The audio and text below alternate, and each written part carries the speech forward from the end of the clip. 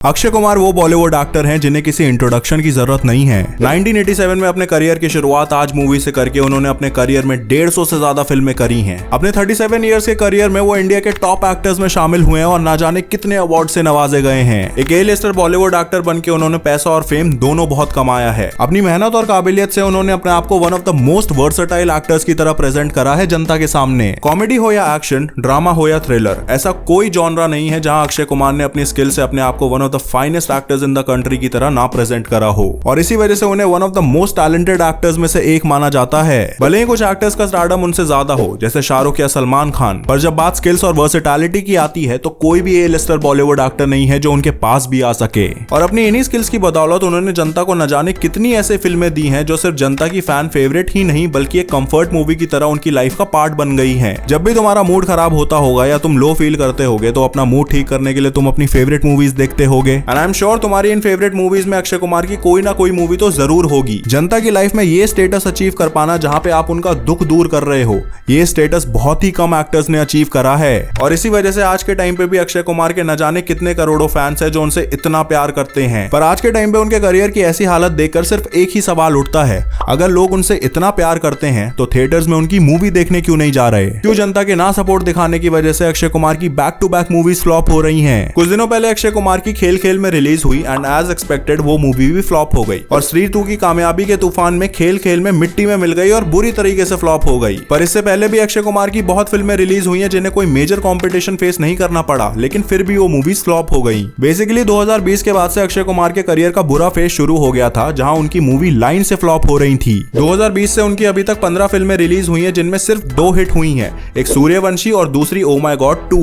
And मेरे opinion में 2 movies hit होने का क्रेडिट अक्षय कुमार को नहीं बल्कि बाकी की कास्ट को जाता है, क्योंकि दोनों मूवीज में अक्षय कुमार सोलो लीड में नहीं थे। सूर्यवंशी में एक बहुत बड़ी स्टार कास्ट के साथ साथ एक स्टार डायरेक्टर भी थे। वहीं ओ माय गॉड 2 में अक्षय कुमार सपोर्टिंग रोल में थे और पंकज त्रिपाठी लीड कर रहे थे। Plus Janata oh my God 2 को देखने ओ माय गॉड 1 की सक्सेस की वजह से आई थी। इसी वजह से ये दोनों मूवीज अक्षय कुमार की बाकी मूवीज के ऑपोजिट हिट हुई। अब ऐसा नहीं है जो बाकी की मूवीज फ्लॉप हुई है वो बेकार थी, उनमें से कुछ बहुत अच्छी मूवीज भी थी, जैसे अतरंगी रे, रक्षाबंधन, मिशन रानीगंज, सरफिरा और अभी अभी रिलीज हुई खेल खेल में। लेकिन फिर भी ये मूवीज हिट नहीं हो पाई।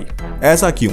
क्योंकि गेहूं के साथ साथ घुन भी पिस गया। Akshay Kumar back to back इतनी फ्लॉप फिल्में दिए जा रहे थे कि जनता ने उनकी अच्छी फिल्में भी इग्नोर कर दी। यही अगर अक्षय कुमार थोड़ा रुक के 1-2 मूवीज पर ईयर के हिसाब से ये फिल्में रिलीज करते तो श्योरली ये मूवीज भी हिट हो जाती। अब ऐसा नहीं है कि अक्षय कुमार के करियर का ये कोई पहला ग्रहण है। इससे पहले भी उनके करियर में एक ऐसा फेज आया था जहां उनकी बैक टू बैक फिल्में फ्लॉप हो रही थी और उसी फेज से उनकी वो कैनेडियन सिटीजनशिप वाली कंट्रोवर्सी भी शुरू हुई थी। पर अक्षय कुमार उस टाइम पे बाउंस बैक कर गए थे और अपना करियर ट्रैक पे ले आए थे। पर वो इस बार ऐसा क्यों नहीं कर पा रहे? क्या हो रहा है ऐसा कि इतनी कोशिश करने के बावजूद भी वो अपने करियर के इस बुरे फेज को खत्म नहीं कर पा रहे? आओ एक एक करके तुम्हें पॉइंट वाइज सब कुछ समझाता हूं, लेकिन उससे पहले चैनल को सब्सक्राइब कर दो अगर तुम इस चैनल पे नए हो तो।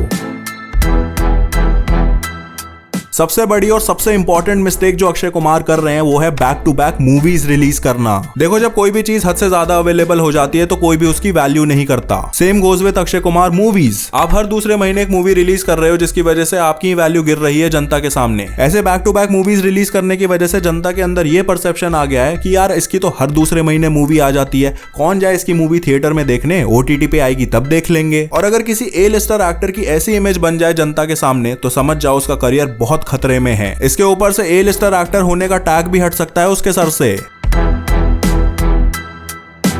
अब ऐसा नहीं है कि अक्षय कुमार को ये चीजें रियलाइज नहीं हो रही या उन्हें ये समझ नहीं आ रहा कि ऑडियंस बार बार उन्हें इसी चीज की वजह से क्रिटिसाइज कर रही है। उन्हें सब पता है और वो इस चीज को एक एरोगेंट वे में एड्रेस भी करते हैं। उन्होंने अपने इंटरव्यू में ये कहा है कि अगर मेरी फिल्में 40 दिन में कंप्लीट हो जा रही हैं तो उसमें मेरी क्या गलती है? लोग चाहते हैं कि साल में मैं 1-2 फिल्में करूं, 1-2 फिल्में तो 3-4 महीने में खत्म हो जाएंगी, तो बाकी के 8 महीने में क्या करूंगा? अब जब मैंने ये स्टेटमेंट सुना तो मुझे ऐसा लॉजिक बिल्कुल भी समझ नहीं आया। आई मीन बिजी रहने के लिए Akshay Kumar back to back फिल्में करे जा रहे हैं जो बैक टू बैक फ्लॉप भी हो रही हैं। अब ऐसा तो है नहीं कि ए-लिस्टर एक्टर सिर्फ एक्टिंग ही करते हैं, उनके मल्टीपल बिजनेस भी होते हैं, उनकी प्रोडक्शन कंपनीज भी होते हैं, वो शोज भी करते हैं, अपनी मूवीज के लिए प्रिपेयर भी करते हैं। आप भी उन्हीं में से कुछ एक चूज करिए और अपना टाइम वहां इन्वेस्ट करिए, क्योंकि यहाँ पे इन्वेस्ट करके तो कुछ फायदा मिल नहीं रहा। वैसे मूवी प्रिपरेशन से एक चीज याद आई,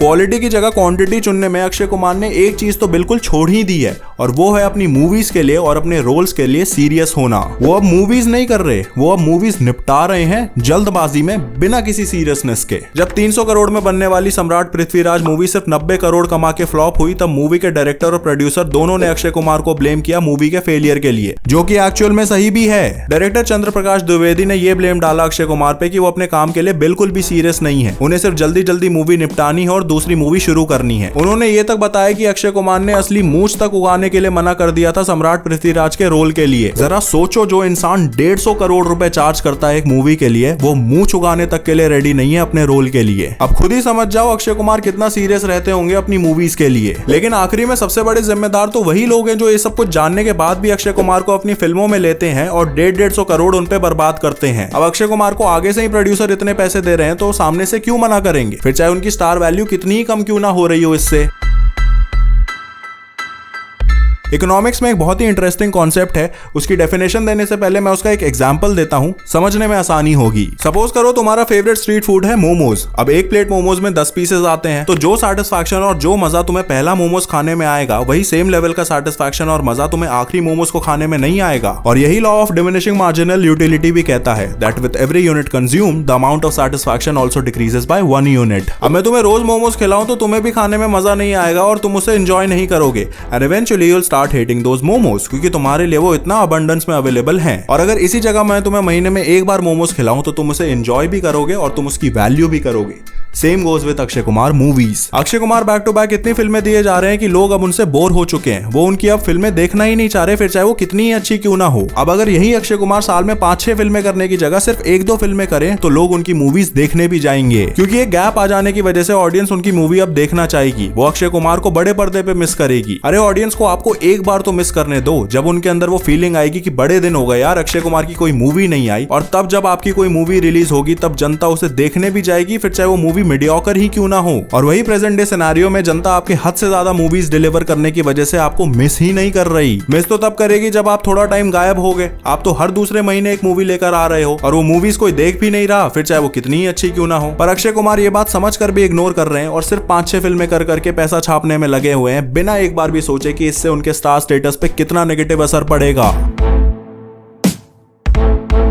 अब ऐसा नहीं है अक्षय कुमार सिर्फ बैक टू बैक फिल्में करके ही जनता के सामने हद से ज्यादा दिख रहे हैं, इसके अलावा भी उन्होंने बहुत सारे रास्ते पकड़े हुए हैं, फिर चाहे वो एडवर्टाइजमेंट्स हो, सोशल मीडिया प्रेजेंस हो या फिर इवेंट्स, ऐसी कोई जगह नहीं है जहां वो मौजूद ना हो। और ये कोई अच्छी चीज नहीं है किसी ए-लिस्टर एक्टर के लिए। अक्षय कुमार को ये समझने की जरूरत है कि वो कोई सोशल मीडिया इन्फ्लुएंसर नहीं है कि उन्हें हर जगह दिखने की जरूरत है, वो एक एक्टर है, उन्हें अपनी प्रेजेंस लिमिटेड रखनी पड़ेगी ताकि ऑडियंस उन्हें देखने के लिए क्रेव करें। पर अक्षय कुमार एकदम इसका उल्टा कर रहे हैं, इंस्टाग्राम पे रील्स बना रहे हैं, हर दूसरे ऐड में आ रहे हैं, हर फालतू का इवेंट अटेंड कर रहे हैं। उनकी पीआर टीम ये सोच रही है कि अक्षय कुमार जितना ज्यादा ऑडियंस के सामने दिखेंगे लोग उतना ही उनकी फिल्में देखना पसंद करेंगे, पर रियलिटी में एकदम इसका उल्टा है। उन्हें अपने आप को दुनिया के सामने उतना ही लाना चाहिए जितना की जरूरत हो, तभी ऑडियंस के अंदर एक क्रेविंग बनी रहती है उन्हें देखने के लिए। और इसका परफेक्ट एग्जांपल है शाहरुख खान। तुमने कभी शाहरुख खान को किसी अननेसेसरी जगह पे देखा है? कभी इंस्टाग्राम पे रील्स बनाते देखा है? कभी नहीं देखोगे, क्योंकि वो भी जानते हैं कि वो एक बॉलीवुड स्टार हैं और किसी भी चीज की वैल्यू तभी बनी रहती है जब वो एक ऑडियंस के सामने लिमिटेड अमाउंट में प्रेजेंट करी जाए।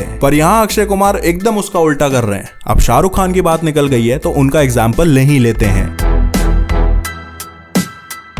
अब ऐसा नहीं है कि बुरा फेस सिर्फ अक्षय कुमार के करियर में आया है, हर एक्टर के करियर में आता है। शाहरुख खान के करियर में भी आया था जब 2016 से 2018 के बीच में उनकी कुछ फिल्में नहीं चल रही थी। अब ऐसा नहीं है कि वो फिल्में खराब थी, it's just that Shahrukh Khan का टाइम खराब चल रहा था। तो उन्होंने उस सिचुएशन में क्या करा? बैक टू बैक फिल्में देते चले गए, इंटरव्यूज में ये बोलते चले गए कि भैया काम नहीं करूंगा तो घर बैठा क्या करता रहूंगा।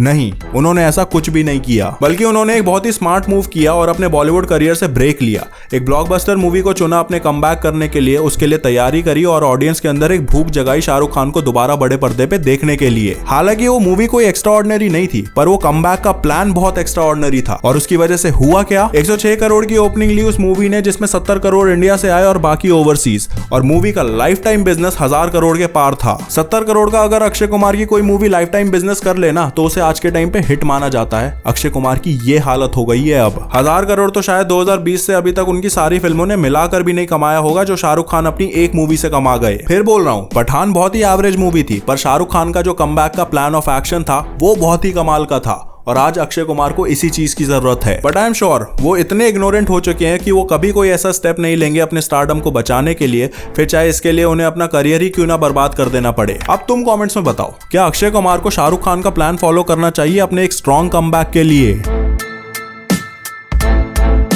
अब ऐसा नहीं है कि अक्षय कुमार एक लौते ऐसे ए लिस्टर एक्टर हैं जिनकी फिल्में फ्लॉप हुई हैं बीते कुछ टाइम में। ऐसे बहुत सारे एक्टर हैं, बाकी के एक्टर्स भी हैं जैसे ऋतिक रोशन, आमिर खान और सलमान खान। पर खुद ही देख लो इन एक्टर्स के स्टारडम में और अक्षय कुमार के स्टारडम में अब कितना फर्क आ गया है कि ऋतिक रोशन की 250 करोड़ में बनने वाली फाइटर 337 करोड़ भी कमा लेती है तो भी उसे एक फ्लॉप की तरह ट्रीट किया जाता है, क्योंकि ऋतिक रोशन का स्टारडम इतना बड़ा है कि उनकी ऑडियंस जानती है कि वो इससे ज्यादा केपेबल है और उनकी मूवीज इससे ज्यादा कमा सकती है और कमा भी चुकी है। सलमान खान की 450 करोड़ कमाने वाली फिल्म को भी उतना अच्छा नहीं माना गया, क्योंकि सलमान खान का स्टारडम इतना बड़ा है कि जनता जानती है कि वो इससे सक्सेसफुल मूवी भी बना सकते हैं। आमिर खान की लाल सिंह चड्ढा 130 करोड़ कमाने के बाद भी फ्लॉप साबित हुई, क्योंकि जनता जानती है कि वो इससे सक्सेसफुल मूवी भी बना सकते हैं। अब खुद ही समझ जाओ कि अक्षय कुमार का स्टारडम मूवी बाय मूवी कितना गिरता जा रहा है कि अगर उनकी मूवी कोई 100 करोड़ भी कमा लेती है तो उसे हिट मान लिया जाता है। अब खुद ही देख लो, सब कुछ तुम्हारे सामने है कि बाकी ए लिस्टर एक्टर्स के सामने अक्षय कुमार अब कहां स्टैंड कर रहे हैं।